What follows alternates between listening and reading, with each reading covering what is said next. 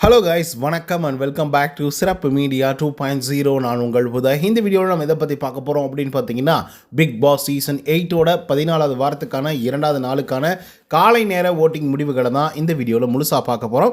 So இந்த வீடியோக்கு போகிறதுக்கு முன்னாடி நம்மளோட சேனலை சப்ஸ்கிரைப் பண்ணாதவங்க சப்ஸ்கிரைப் பண்ணி வச்சுக்கோங்க. பக்கத்தில் ஒரு பெல் ஐக்கான் இருக்கும், அதையும் ப்ரெஸ் பண்ணி ஹாலில் போட்டுக்கோங்க. அப்போ தான் நாங்கள் அப்டேட் பண்ணுற ஒவ்வொரு வருஷமும் நோட்டிஃபிகேஷன் வந்து சேரும். அது தாண்டி இந்த வீடியோக்கு குறைஞ்சபட்சம் ஒரு 1000 லைக்கை எதிர்பார்க்குறோம். ஸோ லைக்கை போடுங்க, வீடியோ பாருங்கள். வாங்க இன்று வீடியோக்குள்ள வந்து போகலாம். நம்பர் 1 பொசிஷனில் நம்முடைய முத்துக்குமரன் அவர்கள் தான் வந்து இருந்துட்டுருக்காரு. அவர் வாங்கிய ஓட்டுகளோட எண்ணிக்கை அப்படின்னு சொல்லி பார்க்கும்போது 43,636 ஓட்டுகளாகும். அண்ட் பர்சன்டேஜ் வைஸ் அப்படின்னு சொல்லி பார்க்கும்போது 37.58% வந்து இருந்துட்டுருக்காரு நம்மளுடைய முத்துக்குமரன் அவர்கள். நேற்றுக்கிலேருந்து ஸ்டார்ட் ஆகி இப்போ வரைக்குமே 43,000 வாக்குகள் வந்து வாங்கியிருக்காரு. ஸோ இப்படியே போச்சு அப்படின்னா ஒரு நல்ல வாக்குகளோடு க்ளோஸ் பண்ணுறதுக்கான வாய்ப்புகள் இருக்குது. அண்ட் அவருடைய ஃபேன்ஸ் எல்லாருக்கும் இருக்கக்கூடிய மிகப்பெரிய வருத்தம் என்ன அப்படின்னு பார்த்தீங்கன்னா, குறைஞ்சபட்சம் இந்த வாரத்தில் ஒரு 3 லட்சம் வாக்குகளனா வந்து சேகரிச்சிடணும் முத்துக்குமரனுக்கு அப்படின்னு சொல்லி யோசிக்கிறாங்க. பார்ப்போம் என்ன நடக்குது அப்படின்னு சொல்லி. அதுக்கடுத்து தான் செகண்ட் பொசிஷனில் நம்முடைய சௌந்தர்யா அவர்கள் இருந்துட்டுருக்காங்க. அவங்க வாங்கிய ஓட்டுகளோட எண்ணிக்கை அப்படின்னு சொல்லி பார்க்கும்போது 22,810 ஓட்டுகளாகும். அண்ட் பர்சன்டேஜ் வைஸ் அப்படின்னு சொல்லி பார்க்கும்போது 19.65% வந்து இருந்துட்டுருக்காங்க நம்மளுடைய சௌந்தர்யா அவர்கள். ஸோ சௌந்தர்யாவும் அட்டகாசமான கேம் பிளே வந்து பண்ணிகிட்டு இருந்தாங்க அப்படின்லாம் பெருசாக சொல்ல முடியாது. ஆனாலும் ஓட்டிங்ஸ் அப்படிங்கிறது வந்து வாங்கிட்டு இருக்காங்க. ஸோ நேற்றுக்கு நான் பிஆர் வச்சுருக்கேன் அப்படின்னு சொன்னதுக்கப்புறம் அவங்களுக்கு வந்து ஓட்டிங்ஸ் அப்படிங்கிறது சரியும் அப்படின்னு சொல்லி எதிர்பார்த்தா அப்படிலாம் ஒன்றும் இல்லை, நல்லபடியாக ஓட்டிங்ஸ் வாங்கிட்டு இருக்காங்க. அதுக்கடுத்த 3வது பொசிஷனில் ஜாக்லின். அவங்க வாங்கிய ஓட்டுகளோட எண்ணிக்கை அப்படின்னு சொல்லி பார்க்கும்போது 10,713 ஓட்டுகளாகும். அண்ட் பர்சன்டேஜ் வைஸ் அப்படின்னு சொல்லி பார்க்கும்போது 9.23% வந்து இருந்துட்டுருக்காங்க நம்மளுடைய ஜாக்லின் அவர்கள். ஸோ இப்படியே போச்சு அப்படின்னா இவங்க வந்து செகண்ட் ரன்னர் அப் ஆகிறதுக்கான வாய்ப்புகள் வந்து இருந்துகிட்ருக்கு.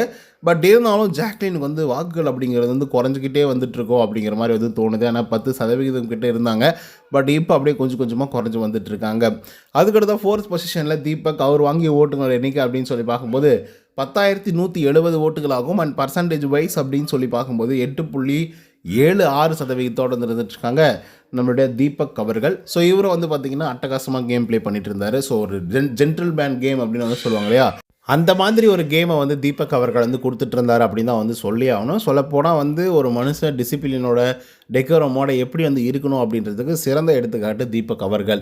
அதுக்கடுத்து தான் 5th பொசிஷனில் அருண் பிரசாத் வந்து இருந்துகிட்ருக்காரு. அவர் வாங்கிய ஓட்டுங்களோட எண்ணிக்கை அப்படின்னு சொல்லி பார்க்கும்போது 10,133 ஓட்டுகளாகும். அண்ட் பர்சன்டேஜ் வைஸ் அப்படின்னு சொல்லி பார்க்கும்போது 8.73% வந்து இருந்துகிட்ருக்காங்க நம்மளுடைய அருண் பிரசாத் அவர்கள்.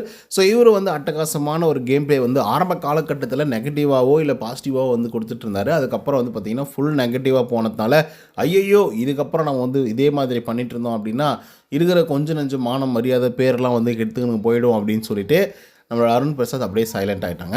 அதுக்கடுத்து 6th பொசிஷனில் விஜய் விஷால். அவர் வாங்கிய ஓட்டுகளோட எண்ணிக்கை அப்படின்னு சொல்லி பார்க்கும்போது 9,328 ஓட்டுகளாகும். அண்ட் பர்சன்டேஜ் வைஸ் அப்படின்னு சொல்லி பார்க்கும்போது 8.03% இருந்துட்டுருக்காரு நம்மளுடைய விஜய் விஷால் அவர்கள்.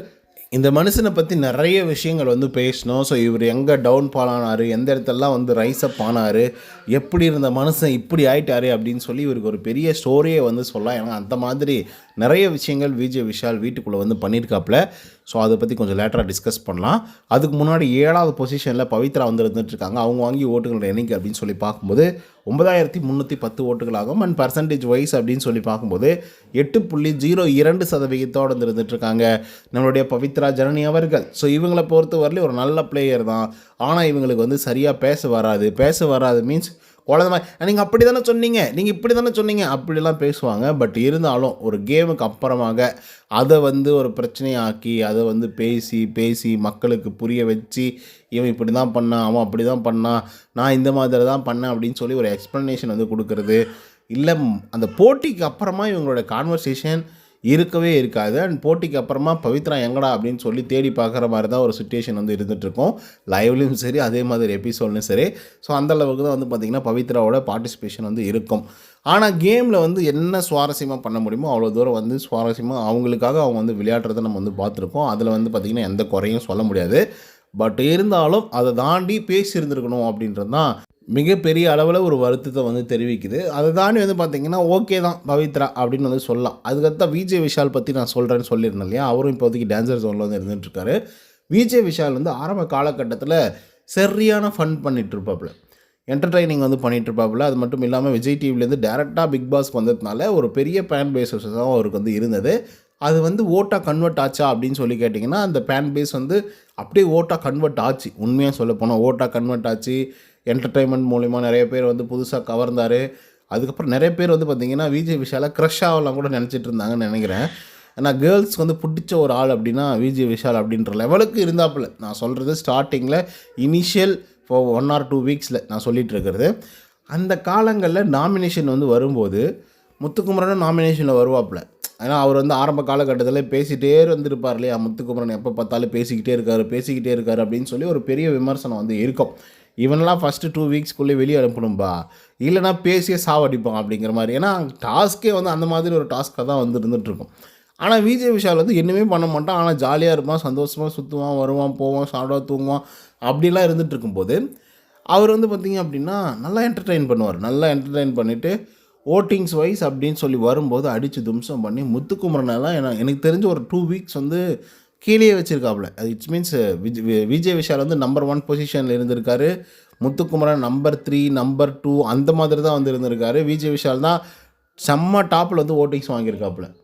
அப்படி இருந்த ஒரு ஆள் வந்து இப்போது அப்படியே தலைக்கீழே மாற்றி கீழே வந்து விழுந்துடுற அளவுக்கு வந்து பார்த்திங்கன்னா ஓட்டிங்ஸ் வந்து வாங்கிட்டுருக்காரு அப்படின்னு தான் வந்து சொல்லணும். ஸோ இப்படியே போச்சு அப்படின்னா விஜய் விஷால் நீ வந்து ரொம்ப கஷ்டம்பா அப்படின்ற மாதிரி தான் தோணுது. ஏன்னா லாஸ்ட் வீக்லேயே அவர் தான் எவிக்ட் ஆகி வெளியே போயிருந்துருக்கணும். ஆனால் ஏதோ ஒன்று விஜய் டிவி பண்ணி அப்படியே காப்பாற்றிட்டாங்க. ஸோ காப்பாற்றுறதும் காப்பாற்றினாங்க. பொட்டியை வந்து கொடுத்து அனுப்ப போகிறாங்களா, இல்லை வந்து ஏதாவது இன்டிமேஷன் கொடுத்துருப்பாங்கன்னு நான் நினைக்கிறேன். எனக்கு தெரிஞ்சது அருண் பிரசாத் அவர்களுக்கும் விஜய் விஷால் இவங்க 2 பேருக்கும் வந்து மிகப்பெரிய அளவில் அடிப்பட்டது அப்படின்னு சொல்லி மருத்துவமனைக்கு கொண்டு செல்லப்படுகிறார்கள் அப்படின்னு சொல்லியிருப்பாங்க. விஜய் விஷால் ஃபஸ்ட்டு போயிருப்பாப்புல, அதுக்கப்புறம் அருண் பிரசாத் அழுதுருப்பாப்புல, அப்புறம் அருண் பிரசாத்தையும் மருத்துவமனைக்கு கொண்டு செல்லப்பட்டார் அப்படின்னு சொல்லியிருப்பாங்க. ஸோ ஆனால் விஜய் சேதுபதி கிட்ட நம்மளுடைய விஷால் வந்து என்ன சொல்லியிருப்பார் அப்படின்னா, அருண் பிரசாத் என்ன சொல்லியிருப்பாருன்னா, நான் வந்து விஷாலை பார்க்கணுன்னு நினச்சேன் சார், ஏன்னா என்னையும் வந்து மருத்துவமனைக்கு போகணும் அப்படின்னு வந்து சொல்லும்போது, சரி ஓகே எனக்கு எதுவும் இல்லை, இருந்தாலும் அங்கே மச்சான் விஷால் வந்து இருப்பான், அவனை போய் பார்த்துட்டு வந்தால் நல்லாயிருக்கும், ஏன்னா என்னாச்சு ஏதாச்சோ தெரியவே இல்லை, சரி ஓகே நான் வந்து போய் பார்க்கலாம் அப்படின்னு சொல்லிட்டு நானும் மருத்துவமனைக்கு போனேன் சார். அங்கே போனதுக்கப்புறம் எல்லாம் ஆல் ரைட்டாக இருந்து பார்த்தோம், நல்லா பேசினோம், நார்மலாக இருந்தால் ஒன்றும் பிரச்சனை இல்லை சார் அப்படின்னு சொல்லிட்டு அருண் பிரசாத் அவர்கள் வந்து சொல்லியிருப்பாப்புல விஜய் சேதுபதி கிட்ட. ஆனால் அதே மாதிரி இன்னொரு விஷயத்த வந்து விஜய் விஷால் வந்து சொல்லியிருப்பாப்புல. இட்ஸ் மீன்ஸ் அவர் மருத்துவமனைக்கு போயிட்டு உள்ளர வரும்போது எல்லாரும் நலம் விசாரிக்கும் போது எனக்கு வந்து இங்கே அடி ஆகிருக்கு, இங்கே ஓகே இதுதான் பிரச்சனை அப்படின்னு நல்லா சொல்லிகிட்டு இருப்பார் விஜய் விஷால்.